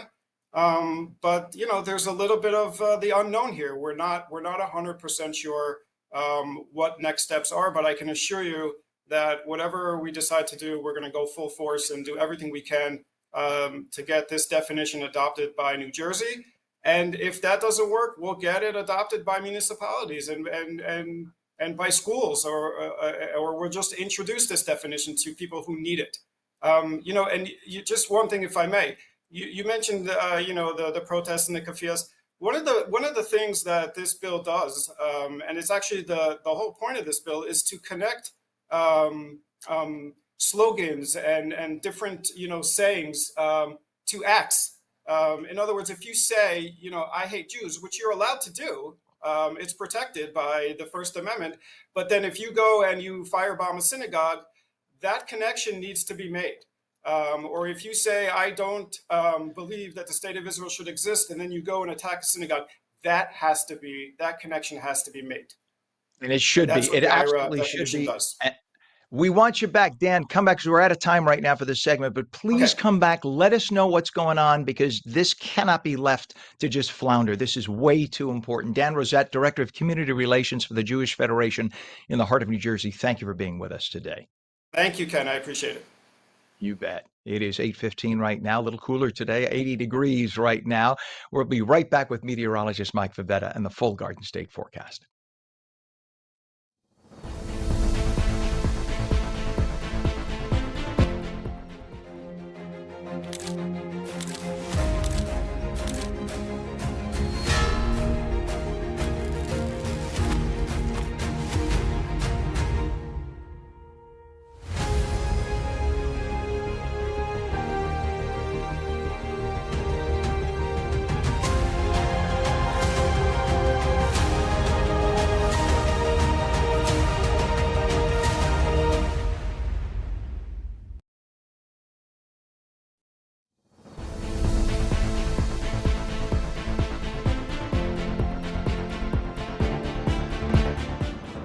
Welcome back to ONNJ Jersey Mornings. I'm Ken Rosato, 8:15, and we're taking your calls at 888-658-0234. Mixed sun and clouds, a little cooler, highs in the low 80s. Straight to meteorologist Mike Favetta. He has the full Garden State forecast. Good morning, Mike. So you know how the last few days just felt like they've been dragging because the heat is just, it feels like time is slowing down.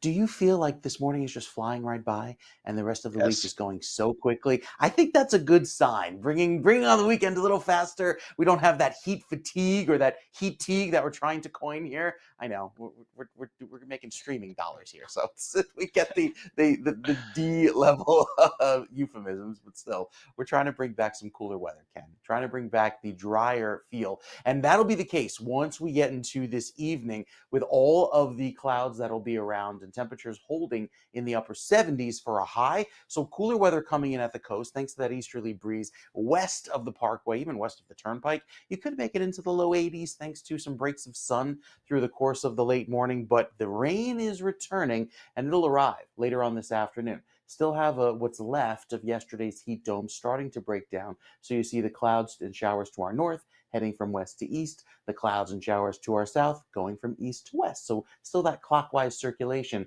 as the high still in control today. It'll give us another beautiful day with a UV index of a 10, which is very high, and that will keep the sun around for most of the afternoon, lowering air quality at times. But again, with the clearing that occurs, we get some breaks in the clouds, looking much brighter through the afternoon, helping for some warming as well. Throughout this evening, not as humid. You see the dew points, or the temperature where the air is saturated, dropping into the 50s. That's actually quite comfortable, closer to the drier end of the scale. Still quite humid down the shore because, again, that wind pulling it off of the water, making it feel a bit more humid there. But that humidity starts to creep back in in by the end of the weekend, obviously with some rain as well. Here are the clouds, mostly, say, Monmouth County south, especially at the coast. It'll cool you off as well. Inland locations could get back into the mid and upper 80s with a clearing occurring this afternoon, and then some more rain comes back into the picture closer to sunset, and some of that rain sticks around into tomorrow morning. So scattered showers on the way for tonight, as well as most of the day tomorrow, and then we bring back that southerly breeze pushing in some of the clear sky. Saturday afternoon looks pretty decent. Low 90s in Newark, upper 80s at the coast, feeling much more pleasant. Nice way to finish out the day at the beach. The morning, still a little cloudy, I think, by the early part of the day. And then Sunday morning also sees some early morning showers before daybreak. Back to the clouds by, say, dawn. And then I think we're holding clear with some sunshine back in the forecast by Sunday afternoon, helping temperatures climb back into the low 90s inland and upper 80s in the northeastern section of the state. Then going into next weekend, we have a little bit more cloud cover, I think, that returns just in time for the 4th.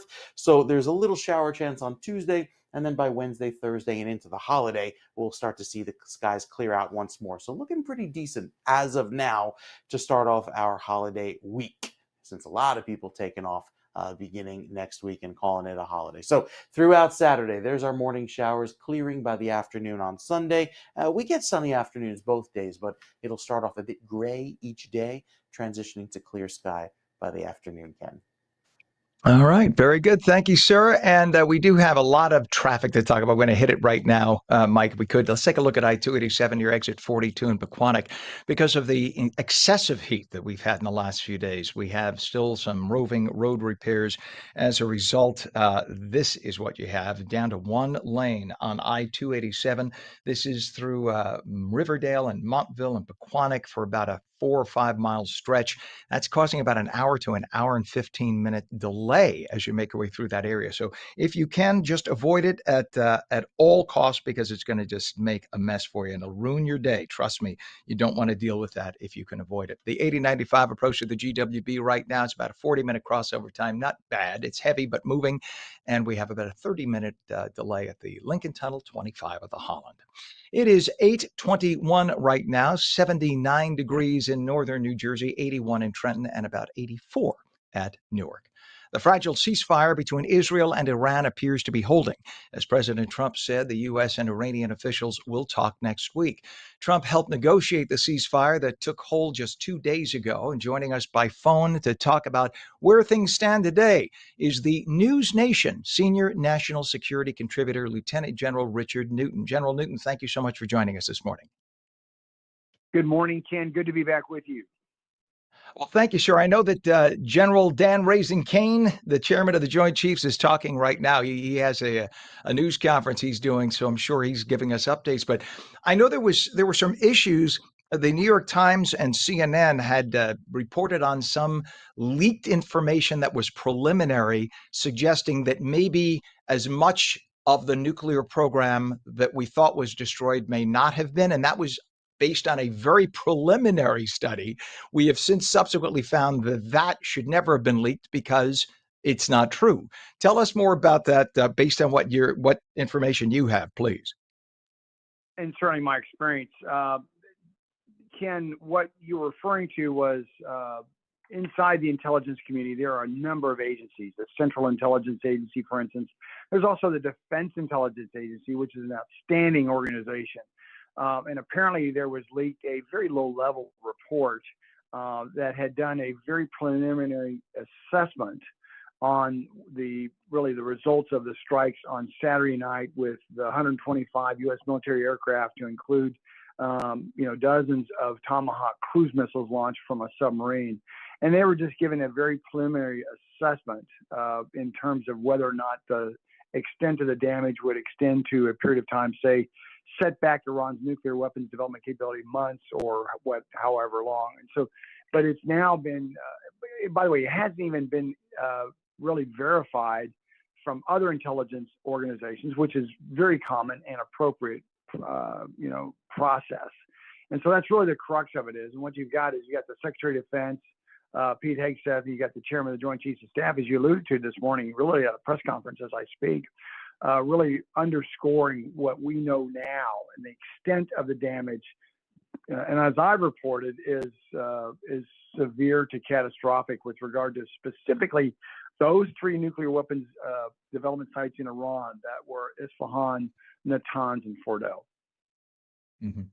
Well, of course, you have outlets like CNN and the New York Times whose existence is based on trying to destroy the reputation of President Trump and the entire administration. It's like their whole narrative is trying to, and I know you stay down the middle, and I appreciate you, General. So this is me talking, not you. But it's kind of sickening. As a member of the media, I worked for ABC News for 20 years.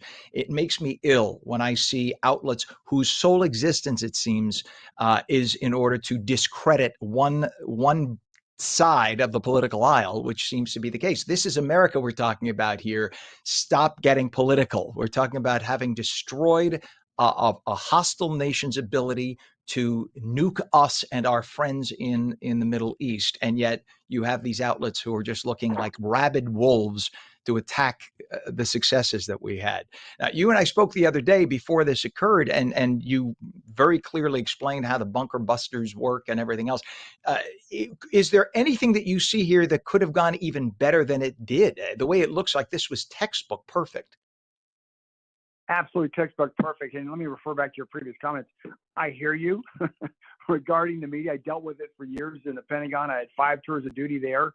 The job of the media is to report, and depending on some outlets are very fact-based, some are very opinionated-based, and so forth. What we don't need is really those who, from an uninformed position, move forward with what can be presumed or at least presented to the American public as clearly informed. And the facts are, Ken, is that this low-level assessment by the Defense Intelligence Agency, will also stand the test of time and scrutiny of other intelligence organizations and so forth. We will come to the conclusion, bottom line, of the battle damage assessment of those strikes, especially by those B-2 stealth bombers and cruise missiles.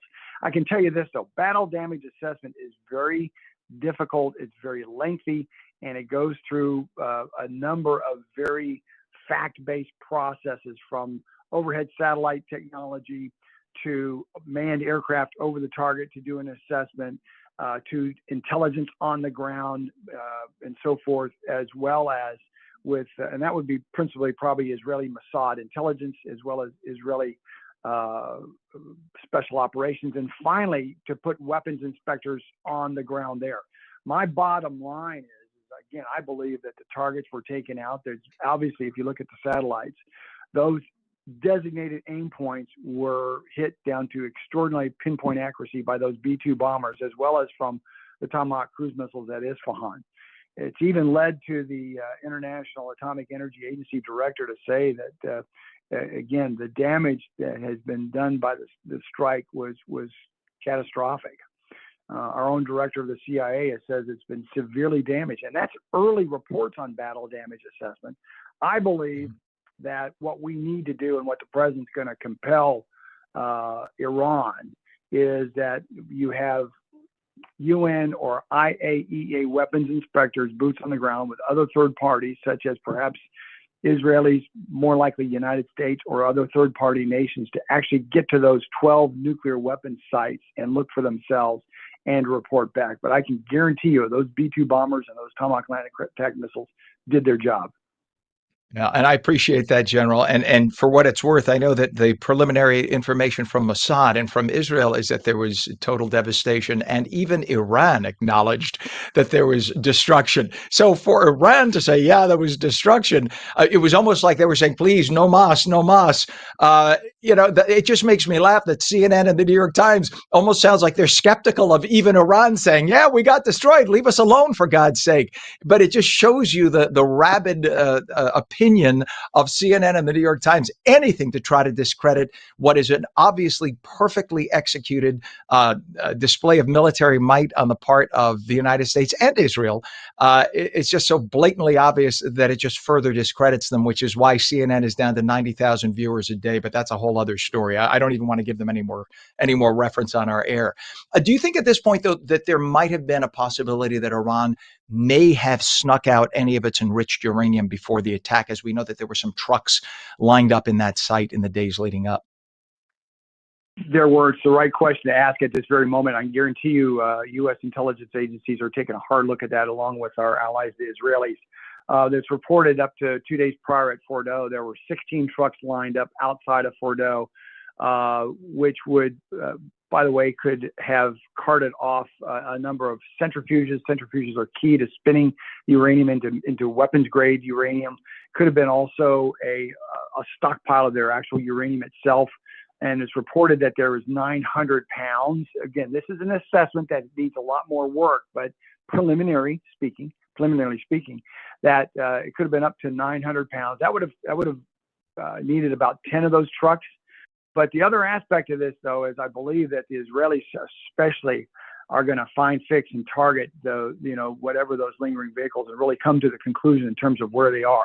However, we need to assume, Ken, that the Iranians still have, at some point, have hidden nuclear, potentially uranium, nuclear grade, or at least leading up to nuclear grade uranium.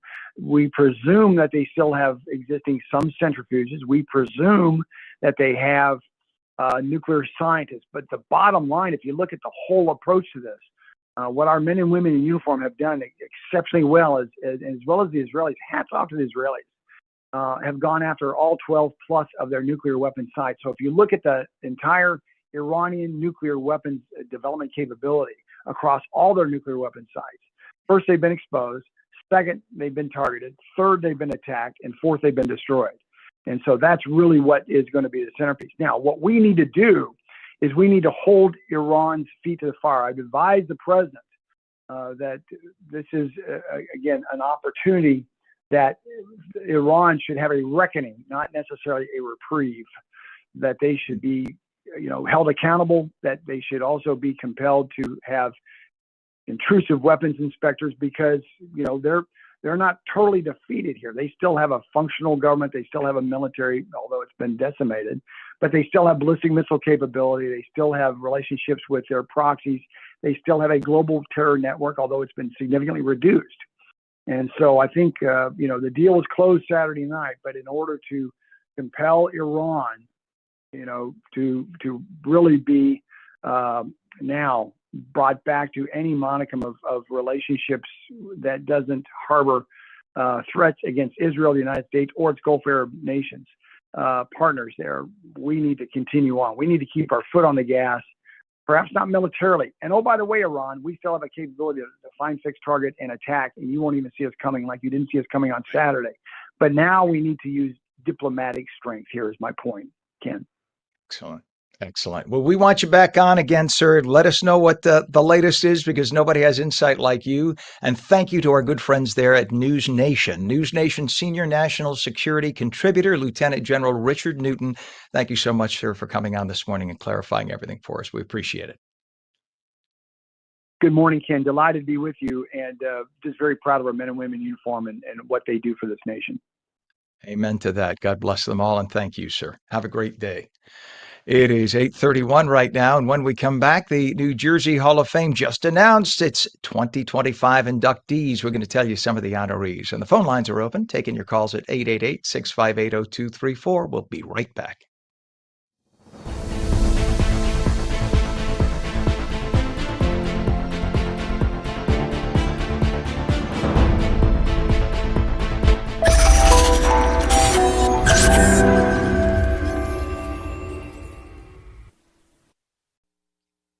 And a very good morning. 80 degrees. It is Thursday, June 26th, 2025. Our time is 8:32. I'm Ken Rosato. Welcome back to On New Jersey Mornings. Mixed sun and clouds, a little cooler with highs in the low 80s.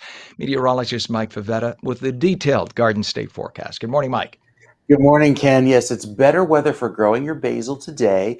Cooler, cloudier, right? So I don't think the basil will be cursing you out this afternoon, especially with the amount of rain that's in the forecast. Some light showers, right? The basil likes a little bit of a gentle shower, and that's what will be occurring by this evening in places like Point Pleasant, Long Branch, and Toms River. As far as the extreme heat, no, that is over. But there could still be some 90-degree spots popping up, especially west of the Turnpike, even there toward places in Huntington County, like Princeton, toward Trenton, even Flemington and Clinton. You may endure another round of hot weather today, thanks to the sunshine. returning later on this morning into the afternoon. So the early morning clouds now dissipating. We're back to the clear sky later on. And then we have this rain that sets up into tomorrow, begins later on this evening, and then eventually takes over by tomorrow afternoon. So the UV index today is a 10. Let you know there's going to be a lot of sun when it eventually returns later on this morning into the end of the day. Had a few light showers around pre-dawn. That has transitioned into some storms offshore, but it's the drier weather that takes over into this evening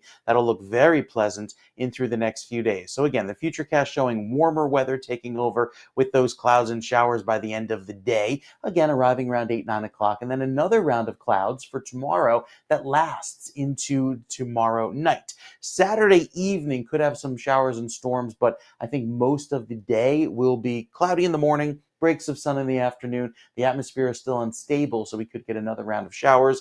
And then Sunday looks to be much drier with a clearing that takes over thanks to that front moving on by. So it's a series of weather events, a series of fronts that takes over. With the weekends looking clear to start, I think we'll see some more clearing throughout the afternoons with highs in the low 80s. We've got the 7-day forecast for you that's coming up, and also detail what to expect for the holiday for next week. Big holiday week coming up. A lot of people taking off, want to make sure the weather stays nice and clear, especially toward the beaches. So that 7-day is just minutes away.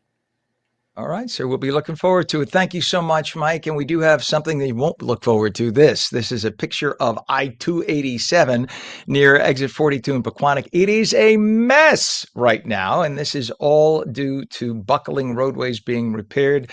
In fact, I've seen from the New Jersey 511 site that they provide us with in the state of New Jersey, some incredible shots in and around that area. Basically, you have a nightmare of traffic southbound, and this is all from because of joint expansion issues, buckled concrete from the excessive heat that we've had. This is Riverdale, Montville, Pequannock. Just avoid that whole area of 287. It's about an hour to an hour and a half of delays you're going to have to deal with otherwise. So just really, this is going to be through the day into tomorrow. Avoid it if at all possible. We're told the area airport parking lots are once again filling up. So people are using those parking lots to get out of Dodge. So if you are driving to one of the 3 major airports, make sure you have a parking facility that you have reserved a space in before you head out, or you could get caught flat-footed there. And we have a traffic signal down on Marlin Street northbound at Port Street in Newark. All lanes are closed. Traffic signal failure. Follow all the detours. Right now, the approaches to the Hudson River crossings, the 8095 approach to the GWB right now is about a 40-minute crossover time. It's heavy, as you can see, but it is moving. That's good news. And we have about 30 minutes at the Lincoln and 25 at the Holland Tunnel. Our time now is 8:36. We have 80 degrees. And the New Jersey Hall of Fame just announced its 2025 inductees, celebrating the state's most inspiring figures, including Dana Bash, the Jonas Brothers, and Chef David Burke. But did you know the Hall of Fame is also committed to education, nurturing the next generation of leaders? In partnership with the New Jersey Education Association, they've announced the winners of the 2025 Essay Contest and Arete Scholarship, recognizing outstanding students for their creativity and moral excellence. Joining us to discuss these impactful educational initiatives is Alexandra Genova, who is the Director of Educational Programs at the New Jersey Hall of Fame. Alexandra, thank you so much for being here. Good morning. Thank you very much for having me on this morning, Ken. You bet. And who are you most excited to see being inducted into the Hall of Fame this year? Oh, as a New Jersey native growing up in the early 2000s, the Jonas Brothers, I am very excited that they are going to be part of our class this year.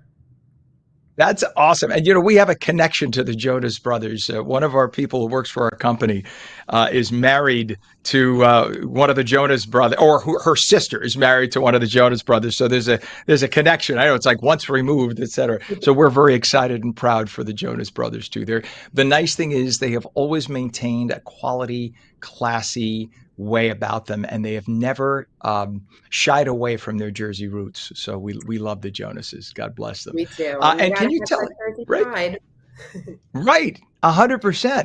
And tell us how the essay contest and the Arete, am I pronouncing it correctly? The Arete Scholarship, how does that align with the NJHOF's mission to inspire and educate our youth here?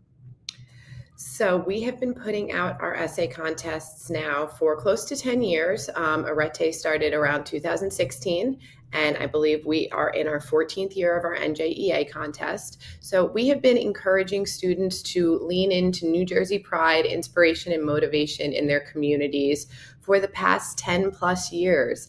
Our mission to inspire and motivate the next generation of blank is seen through our students who write in and tell us their stories of overcoming challenges, of being the best that they can be, achieving that moral excellence, achieving that what's next for me and how I'm going to achieve it, and by recognizing members in their community who they are inspired by, that we don't necessarily have the space right now to honor at the New Jersey Hall of Fame, but we want to. So we love being able to hear our student voices.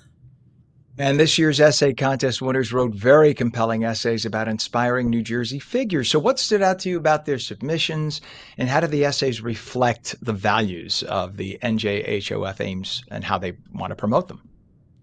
So all of our students this year were passionate about community, and they were passionate about how they could make a difference moving forward.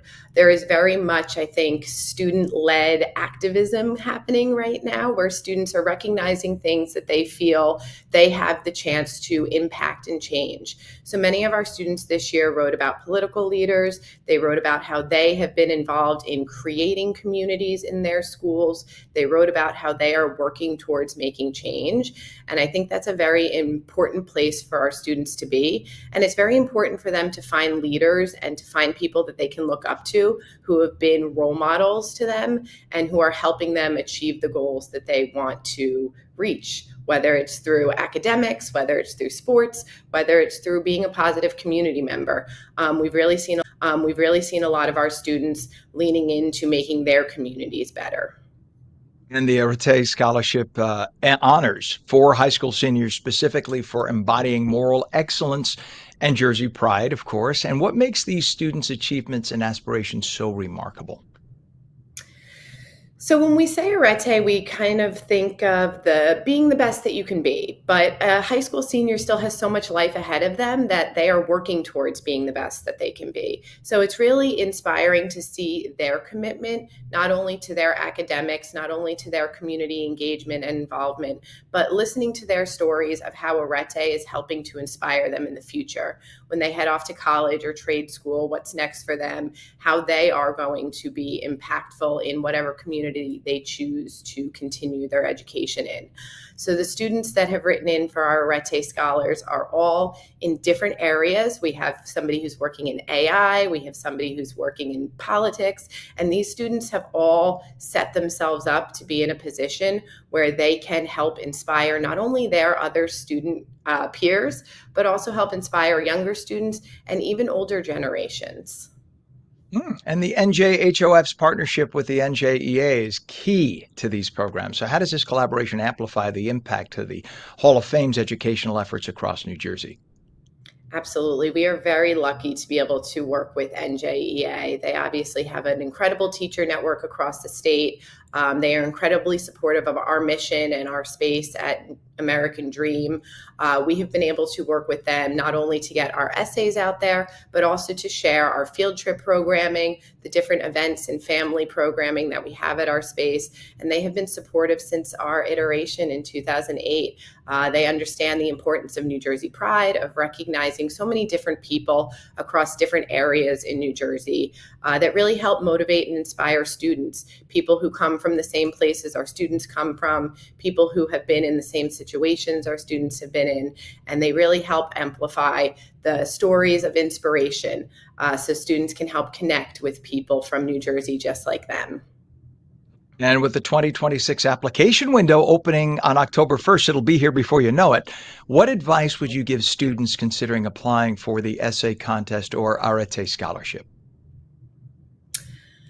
I think take your time and really think about what makes you outstanding. These essays and these scholarship winners are not necessarily A+ straight A students throughout their entire career, students who have done everything and been everywhere. We really look for students who have had a life experience, for students who have been able to deal with issues that have arose in their lives and what they've done in order to make their life better.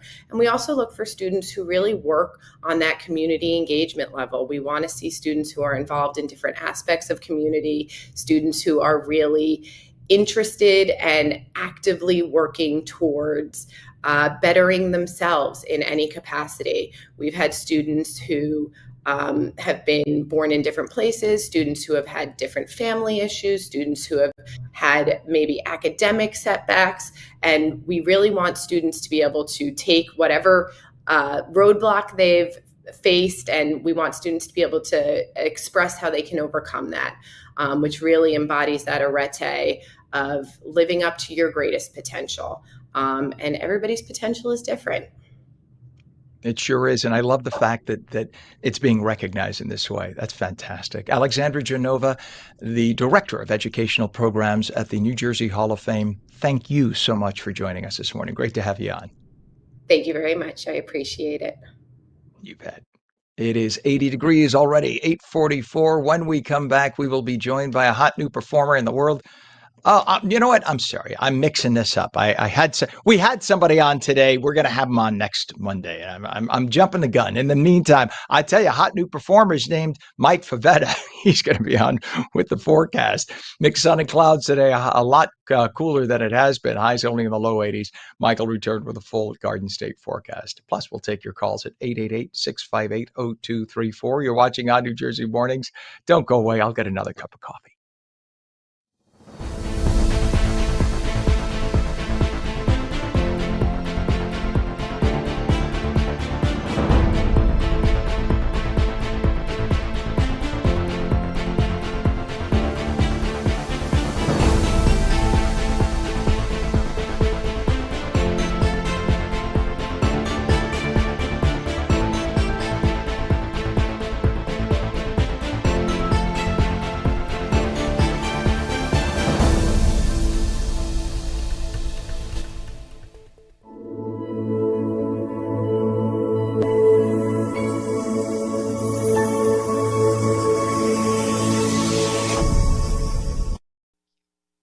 Welcome back to On New Jersey Mornings. I'm Ken Rosato at 8:45, taking calls at 888-658-0234. Mixed sun and clouds today, a little cooler, highs only in the low 80s. We're almost there. Right to meteorologist Mike Favetta with the Garden State forecast. Good morning, Mike. Good morning, Ken. It'll feel so much nicer, even out toward the waterfront today, the beaches, a little bit of an easterly breeze promoting some refreshing air. So while the extreme heat is over, some places in New Jersey may actually reach 90 degrees again before the day is through, continuing our heat wave. It would make it for 6 days in a row if we do that over in Newark. There's rain moving in for tonight and lasting through tomorrow, and that sets for a very cloudy and cool Friday. Notice the satellite picture showing a lot of the storms offshore, but also some of these lower clouds working their way inland. You'll see some mostly cloudy skies today out toward the beaches. So while it may have been clearer earlier this morning, that wind starting to promote a little bit of a wind off of the water, and that's also prompting the coastal flood advisory for all of the beach communities from Monmouth County and south right down to Cape May. Around the time of high tide, you could see higher than average water. It's also due to the new moon phase, which has the same effect as the full moon, making those tides a little bit higher. 80s today at the beaches, maybe closer to 90 inland to places like Millville and Salem, but with overall a very pleasant looking feel today, far from the record of 102. By the way, we broke 3 days in a row of 100-degree heat in Newark. That has never happened during the month of July before, going back to the 1930s, at least as far as records have been kept at Newark Airport. 72-degree water temperature in Cape May, that breeze blowing a little bit of that warm water layer off, allowing for some upwelling to occur, so dropping the temperature a little bit by maybe 10 degrees, so a little bit cooler today as that water, you might find those pockets of cooler water. Yeah, that's the upwelling in action throughout this afternoon. As far as the severe outlook, just general showers today, not expecting, rather tonight into tomorrow, not expecting any severe weather, but it's that front that kind of lingers over New Jersey over the next day or so, keeping the clouds around and keeping some showers in the forecast for tomorrow. Saturday sees clearing by the afternoon. This is the front that sweeps through later on, allowing for a nice clearing for Sunday, and then Sunday afternoon looking much better into next week, the holiday week. So plenty of clear sky once we make it through the clouds and showers this evening and tomorrow. Saturday afternoon has clearing. I know it looks kind of gray here, but Sunday was always the drier half of the weekend, and it's still looking to be that case. More sunshine in the morning and clearing in the afternoon. Monday looks great too. Might have some afternoon storms on Tuesday and Wednesday, warming up just in time for the 4th. As we head down the shore, noticing a cooler feel there, 85 only as the high Saturday. Again, some morning clouds, maybe some afternoon breaks of sun. Sunday could have a late day shower, but it's Monday, Tuesday, and Wednesday featuring that drier weather as we progress into next week. So nice, pleasant weather if you have the 4th plans, maybe some Independence Day barbecues to go to. You're looking good so far. So likely stay that way going into next week. And Ken, can't wait to see the beach cam from our southern location headquarters. That'll be a beauty come Monday morning. Looking forward to sharing it. Only I have to figure out a way not to have my secondary camera overheat like it did last time. It worked for about half an hour, and because the camera's black and it was kind of getting hit by the sun, within half an hour, I noticed Pam, our director, said the shot is frozen, and we realized the camera was baking in the South Florida sun. It could only get up. I have an you idea. read the fine print, right? Yeah, the fine print why don't on the you camera try- says. Right. I'm sure it's just keep out of direct sun, right? I'm sure that's exactly what it's. It says like it goes up to 120 degrees, and this thing was like at Yeah, 160. So try a white sheet or a white towel reflecting some of that heat. They say to wear light colored clothing during the heat. Same thing applies for technology. So give that a shot. I think we can. I will try that. I will try that. Either that or we'll just maybe it's probably better if we keep the camera on the inside of the glass, looking through the glass, and it could be an air conditioning. Just saying. Talk to your technical team. Yes, I'll ask one of my minions. There are so many. I don't even know their names. They're just wandering all over the place, Mike. You have chief engineer, then assistant engineer. You got the whole staff there at the. We just hired a deputy chief. The deputy chief has nothing to do. We'll give it to him. My friend, have a wonderful weekend, and we'll check in with you again on Monday. Enjoy it. See you then. All right, thank you. It is 8:50 right now. Taking a look at the roadways. This is not something to laugh at. This is 287 right now. Major problems. We had all that excessive heat in the last few days causing roadway buckling and expansion joint repairs to be done. So this is a problem for about 3 to 4 miles. This is 287 through Morris County. We have Riverdale, Pequannock, and Montville all impacted. If you must, just avoid that area. Don't even bother, because if you have to end up there, you're talking about at least an hour delay driving through. So just avoid it. Don't give yourself the headache. Just totally don't go near that. We have some other problems too. A crash on the Garden State Parkway to tell you about, southbound at exit 130BA, US 1 and Woodbridge with 1 lane blocked. For whatever reason, that area tends to get a lot of accidents. I don't know why. I feel like it's rinse and repeat. I always end up reading a crash there.